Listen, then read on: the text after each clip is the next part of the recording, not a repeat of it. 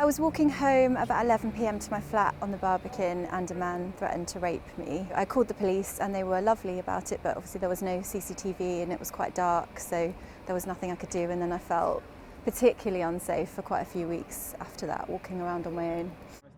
Perhaps the most shocking thing about Laura's story is that it feels so familiar. Women and girls have come to expect abuse and threats as part of everyday life. I will always carry keys in my hand. I will always wear flat shoes or have flat shoes on me. I will always be on the phone or texting someone to say where I am. That's not going to change. The murder of Bobby Ann McLeod last November brought the issue into sharp focus and forced Plymouth into some difficult and sometimes uncomfortable conversations. As a woman, how safe do you feel walking around the city after dark? Not very safe. You got to be more careful and make sure you let your family know where you are and you'll be back home safe. And yeah, that's what I do to keep myself safe. Make sure I got my mobile, yeah. I don't normally go a lot in the night, so I try to keep myself as safe as I can. I remember when I was at university, if I ever went a bit outside of like the student area, I would feel very uncomfortable, yeah.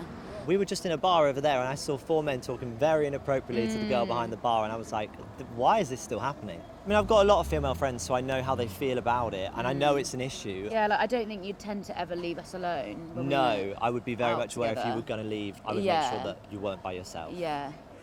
The safety of women and girls is an issue that Plymouth's pubs, clubs, bars and restaurants are all too aware of.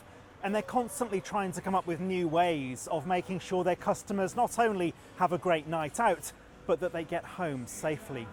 Our door teams around the whole of the city, no matter what company they work for, are trained to spot potential issues. Even some taxi drivers are trained in how to look out for those vulnerable type young girls who may have had a little bit too much to drink but seem to be walking home by themselves.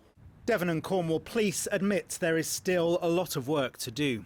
There is a national agenda around violence against women and girls. This is a societal problem, and police alone cannot act on their own in this space. We've put in a lot of measures around high visibility patrols. We've had plainclothes operations that we're going into pubs and clubs.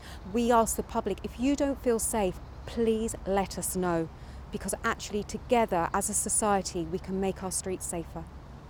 It's been said that this horrific murder case has changed the city of Plymouth. It may take some time to rebuild what has been broken. Sam Blackledge, ITV News.